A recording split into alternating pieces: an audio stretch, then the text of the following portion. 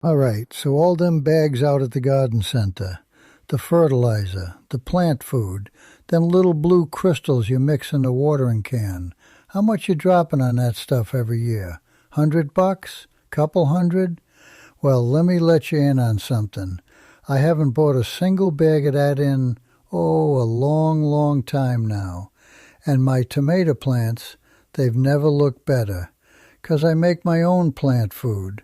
Costs me about nothing. And by the time we're done, you're going to be making it right alongside me. Now here's the part most folks never get told. Your dirt, that soil out in your garden bed, it's alive. I mean really alive. There's bacteria down there, and these little white fungus threads, and teeny critters you can't even see, millions of them in one handful. And they are the ones doing the actual feeding of your plants. Not the fertilizer, not you, them. See, a plant root can't just eat a chunk of dirt.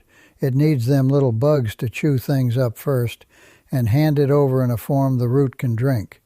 That's how it works out in a forest, where nobody's ever dumped a bag of anything. The leaves fall, the bugs break them down, the trees grow like the dickens.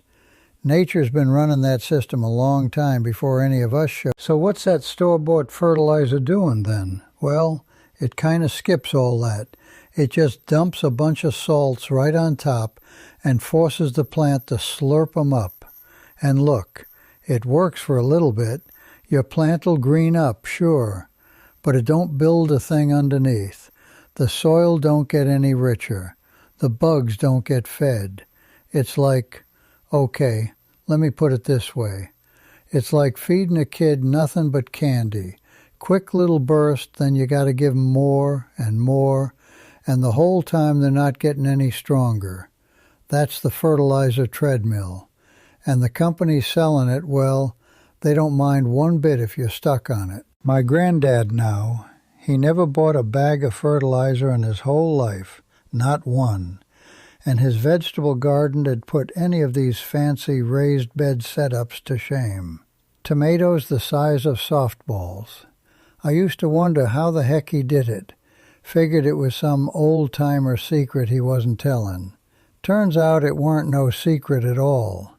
He just understood that you feed the soil, and the soil feeds the plant.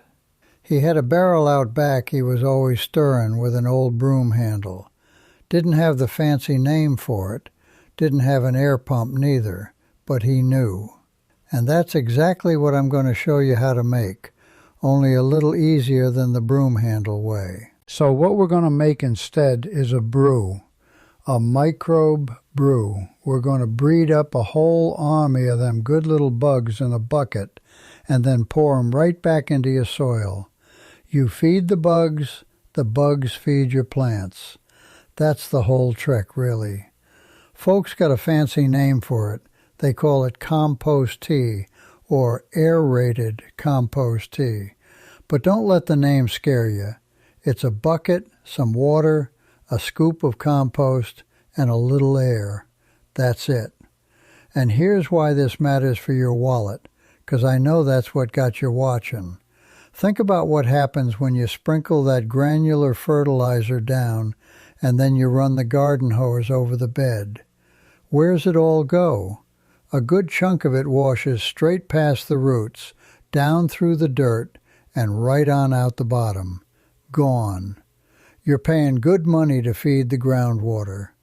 Drives me up the wall, that does. My neighbor Earl, he buys 3-4 bags a season, waters it in real heavy, and then wonders why he's got to do it all over again next month. I keep telling him, he don't listen. Anyway, where was I? Right, the brew don't wash away like that. Them microbes, they move into your soil, they set up shop right there in the root zone, and they stick around working long, long after the water's dried up. You're not renting a quick green up, you're building something. Okay, so let's actually get into how you make this stuff. And the first thing, the most important thing, is your compost. This right here is the heart of the whole operation. Now, if you got a compost pile going out back, That dark, crumbly stuff way down at the bottom, the finished compost that smells like a forest floor after a rain, that's your gold. That's where all your bugs live, by the millions. So scoop some of that. No compost pile? No worries, don't sweat it. Just go grab yourself a bag of worm castings from the garden center. Now worm castings, that's a polite way of saying worm poop. But don't make a face. It is absolutely loaded with the good microbes, even more than regular compost, some folks say. Cost you a few bucks, and one little bag will brew your batches all season long. So it's still about the cheapest plant food you'll ever buy. But, and listen close here, 'cause this part matters, you want good compost, real dark, real earthy smelling. If you stick your nose in it and it smells sour, or like ammonia, or just kinda off, that compost ain't finished and it ain't gonna do you much good. The brew is only ever gonna be as good as the compost you start with. Garbage in, garbage out, like they say. Good rich compost, good rich brew. Simple as that. Now here's something people get wrong all the time, and it'll ruin your whole batch before you even start. The water. If you're on city water and you're filling that bucket straight from the kitchen tap, that water's got chlorine in it. And chlorine, well, its whole entire job is to kill little bugs. That's why it's in there, to keep your drinking water clean. But it don't know the difference between the bad bugs and our good ones. Pour our microbes into fresh chlorine water, and it'll wipe out the whole army before they ever get going. All that work for nothing. So what you do is real simple. Fill your 5-gallon bucket with tap water, and then you just let it sit. Overnight, out in the open air, no lid. The chlorine, it bubbles off into the air all on its own. By morning, that water's ready.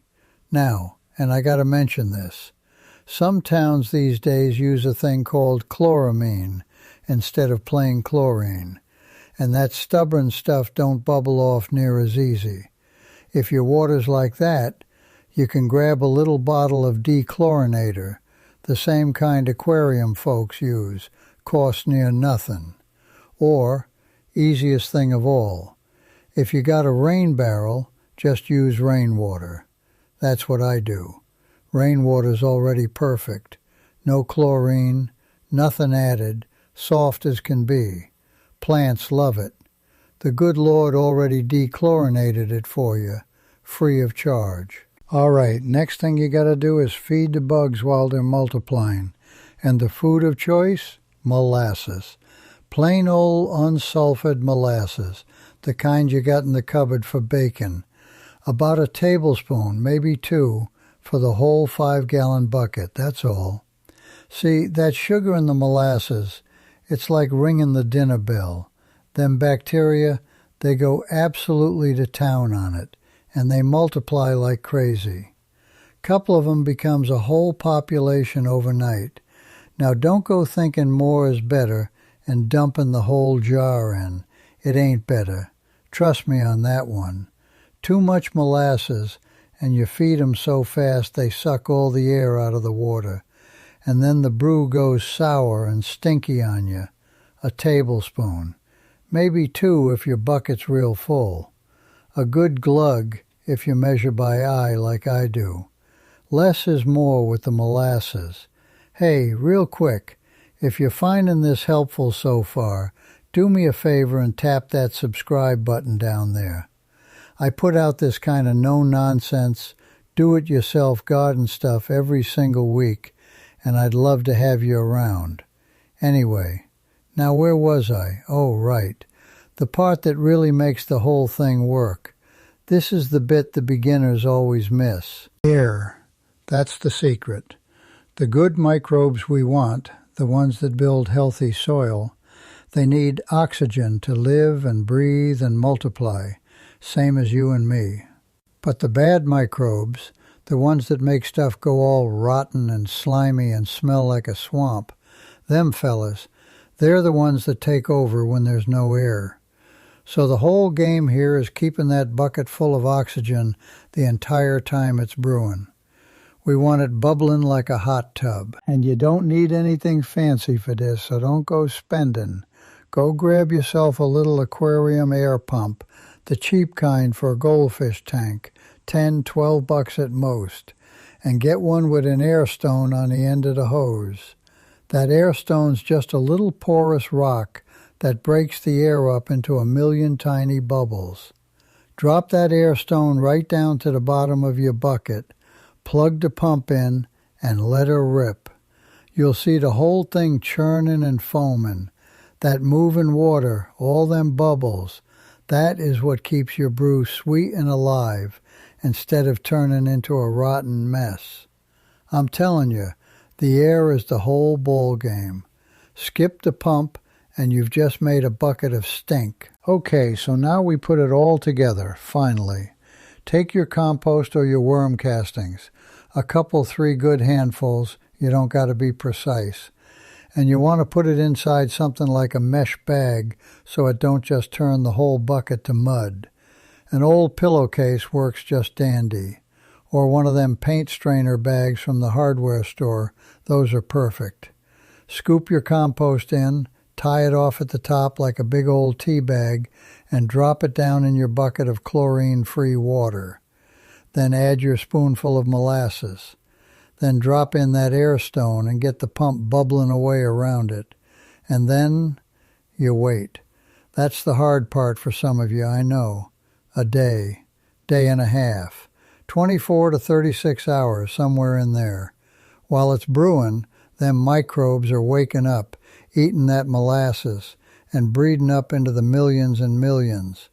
You can give the bag a little squeeze and a swish now and again if you walk by, help them wash out into the water. But mostly you just let it bubble and do its thing. Now, here's how you know when it's done, and this is important. The smell. Go on, lean over and give it a good sniff.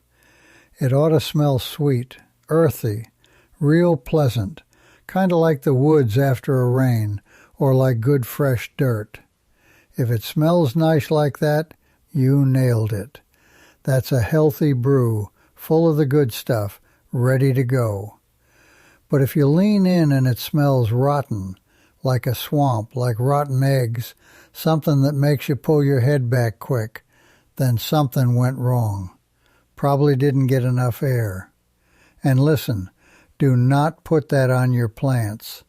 A stinky brew is full of the bad bugs, and that'll do more harm than good. Just dump it out on the gravel somewhere, rinse your bucket, and start fresh. No shame in it. The nose knows. If it smells good, your plants will think so too. Now the fun part, putting it to work. And here's the thing you got to remember. The second that pump shuts off, the clock's ticking. With no more air, them microbes start using up the oxygen that's left, and they start dying off after a few hours. So you want to use your brew fresh. Same day you shut the pump off, within a few hours ideally. This ain't something you make a big batch of and store in the shed. Make it, use it, that's the way. And there's 2 ways to use it, depending on what you need. First way, pour it right at the base of your plants and soak the soil all around the roots. That's what we call a soil drench. Take a watering can full and just douse the ground around your tomato plants, your pepper seedlings, your roses, your squash, whatever you got growing. You're sending that whole army of microbes right down to where the roots are. That's the main way I use it, and it's the most important one, 'cause that's where the action is, down in the soil. Second way, strain that brew real good through your mesh bag so there's no chunks. Pour it in a spray bottle or a pump sprayer, and you mist it right onto the leaves. Top and bottom of the leaves both. We call that a foliar feed. And you want to do that early in the morning, when it's cool and the sun's not beaten down. The leaves drink a little of it in, and them good microbes, they sit right there on the leaf surface and crowd out the diseases that'd want to grow there. Keeps your leaves cleaner. But mornings now, always mornings. Same as regular watering. You spray leaves in the heat of the day and you just scorch 'em. Mornings. I'll keep saying it till it sticks. Now, before I get to the honest part, let me save you some grief. There's a handful of little mistakes I see folks make their first time out, and every one of 'em is easy to dodge. First one, the biggest. They get lazy and skip the air pump. Figure they'll just stir the bucket with a stick now and then. Don't. Without that constant bubbling, it goes rotten on you, and you've wasted a whole day waiting. Second one, they brew it up nice on Saturday and then don't get around to using it till Tuesday. By then your microbes are long gone, dead in a bucket. Use it fresh, same day, or don't bother making it. Third, they pour it down on bone-dry, dusty soil in the middle of a hot afternoon. Then poor little bugs hit that dry, hot dirt and just shrivel right up. So give your beds a drink of plain water first, get 'em good and damp, then put the brew down. The microbes will settle in nice and happy. And fourth, well, the molasses again. Easy does it. Overfeed 'em and you get that swamp stink. Dodge them 4 little traps and you really can't mess this up. Now I'm going to be straight with you here, 'cause I'm not in the business of selling you some miracle in a bucket. This brew, good as it is, it ain't magic pixie dust. It works the best in soil you already been taken care of, so you still got to put compost and good organic matter, leaves, grass clippings, that sort of thing, into your beds. You got to feed your dirt, not just your plants. What the brew does is it wakes all that up and gets it cooking. Think of it less like a fertilizer you pour on top and more like, well, like adding yeast to bread dough. The flour's already there. The yeast just brings the whole thing to life and makes it rise. That's your microbe brew. It brings your soil to life. So you do that, a good soaking every couple weeks while things are growing strong through the spring and the summer. And I'm telling you, you'll start to see it. Now, just about everything in the garden takes to it, your heavy feeders especially. The tomatoes, the peppers, the squash, the cucumbers, they really perk up. Leafy greens love it. Roses, flowers, your potted plants on the porch, all of them. And you can't really overdo it neither, not like with the chemical stuff where you can burn a plant right up. It's just soil life, so a little extra never hurt nobody. I usually start once the weather warms and the plants are really pushing growth, and I ease off come fall when everything's winding down for the year. Greener leaves, more blooms setting on, stronger roots holding the plant steady when a storm blows through. And tomatoes that actually taste like a tomato's supposed to taste, not like that watery stuff from the store. And let's just do the quick math on what this costs you, because that's the whole point of the thing. A bag of decent fertilizer at the garden center, what is it now, $15, $20? And you burn through a few of them a season. Now my brew, the compost, I make that for free out of kitchen scraps and yard leaves. The worm castings, if you buy a bag, that's a few bucks and it lasts you months. The molasses, pennies a batch. The water, free out of the rain barrel.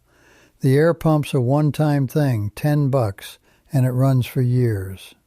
So after that first little setup, you're feeding your whole garden all season for just about nothing. That's the part that tickles me. You'll have spent next to nothing. So let's run back through the whole thing real quick, because I threw a fair bit at you. Good finished compost, or a bag of worm castings. That's where your microbes come from. Water with no chlorine in it, so let your tap water sit out overnight, or just use rainwater. A spoonful of molasses to feed the little fellas. An aquarium air pump with an air stone to keep that bucket bubbling for a day or so. Then you soak your roots with it or strain it and mist your leaves, fresh, in the morning. And you keep your soil fed with compost underneath it all. That's the whole shooting match. A bucket of brown water that does what a whole shelf of expensive fertilizer's been promising you for years. Anyway, that's about it really. The fertilizer companies sure aren't going to thank me for this one, but you might. Go on, give it a shot this weekend. Get yourself a bucket going. Your garden's going to thank you for it, I promise you that. I'll see you next time.